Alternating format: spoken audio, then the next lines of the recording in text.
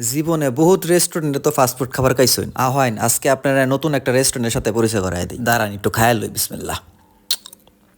এই ন ফাস্টফুড খাবার থেকে শুরু করে সব ধরনের খাবার পাবেন। জানি রেস্টুরেন্টের নাম শোনার লাগে আমেরার মন 6 নম্বর গেরে চলতেছে, আর এই 6 নম্বর গেরে যদি ব্রেক মারি সব উল্টাপাল্টা হয়ে যাবে। আমেরার ভালোবাসা মানুষ হিসাবে এটা তো আমি করতে পারি না, তাই ভূমিকা বাদ দিয়া সরাসরি উপসংহারে চলে আইলাম। এই সুস্বাদু রেস্টুরেন্টে আসতে হলে প্রথমে আপনাকে নেত্রকোনার মুক্তাপাড়া আসতে হবে। সেখানে এসে দেখবেন বিশ্ববিখ্যাত নামি দামি এবং সুনামধন্য একটা স্কুল আছে যার নাম আঞ্জুমান আদর্শ উচ্চ বিদ্যালয়। ঠিক তার বিপরীত পাশে দেখবেন লেখা আছে অতিথি ক্যাফে এন্ড রেস্টুরেন্ট। নামটা দেখার সাথে সাথে ধাক্কা দিয়ে ভিতরে ঢুকে যাবে। ভিতরে গিয়ে দেখবেন নামরা যেমন সুন্দর তাদের ব্যবহার আরো সুন্দর। আর খাবারের কথা তো বাদই দিলাম, দেখতে আসুন কেমন রাক্ষসের মতো খাইতেছি আমরা। যারা আমার মতো 30 কেজি ওজন তারা একটু বেশি বেশি যাইবেন, কারণ এখানে গেলে আপনি 2 কেজি ওজন ঘন্টায় বেড়ে যাবে। কারণ এখানে খাবারের মান এত ভালো এত সুস্বাদু যে আপনি খেতে বসতে গেলে উঠতে চাইবেন না। দেখতে আসুন আমার মুখে রুচি নেই, তবু হিলে মুখের ভিতরে ঢুকাইতেছি। অবশ্য যারা মোটা টাতা আসুন তাদের জন্য সুখবর আছে। যারা মোটা টাতা আসুন তারা অবশ্যই এখানে যাওয়ার আগে 1 ঘন্টা এক্সারসাইজ করে যাবে। এই যে দেখুন আমার ভাই আমোদপুত্তি ভাইও কিন্তু আয়া পড়ছে জিব্রা স্বাদ মিটানির লেগে। ভাই কইতাছে আমরা শুধু হাড্ডি খাই না, মাঝে মাঝে এরকম বার্গার নান গিল কাচ্চি স্যুপ ইত্যাদি খায়া থাকি। খাইতে খাইতে ভাই আবার কইতাছে আসলাম সবজি যদি না খাইতারি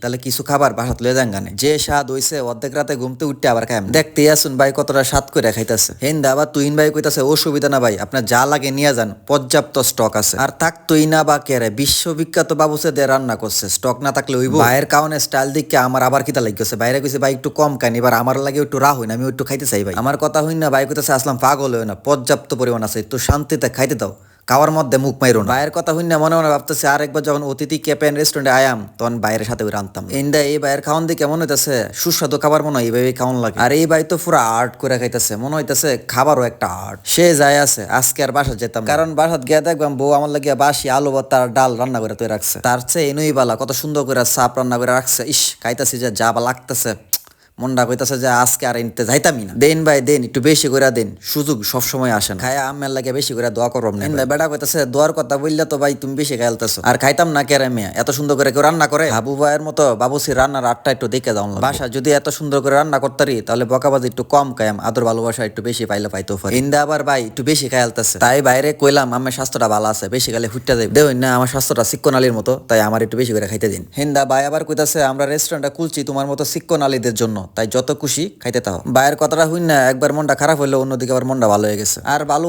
তুই না কেরে এত সাদের কাউন্ট কাইলে যে কোনো রাক্ষস বেডিও ভালো হয়ে যায়। তাই চিন্তা করলাম নেক্সট টাইমে বউ যখন আমার উপর বেশি রেখে দেবো তখন অতিথি ক্যাফে এন্ড রেস্টুরেন্টে লয়ে আয়, কারণ আমি জানি এই সাদের খাবার খাইলে 1 মাস আমার উপর নির্যাতন করা বন্ধ করে দিব। তাই যারা আমার মতো শান্তিতে থাকতে চান তারা অবশ্যই কাপলদেরকে নিয়ে অতিথি ক্যাফে এন্ড রেস্টুরেন্টে নিয়ে চলে আসবে, এবং বন্ধু বান্ধব আত্মীয় স্বজন এবং ছোট বাচ্চাদেরকেও নিয়ে চলে আসবেন। আশা করি সবার খুব ভালো লাগবে এবং ভালো একটা সময় কাটাতে পারবেন এখানে এসে। সো আজকে এই পর্যন্তই, ভালো থাকবেন সবাই।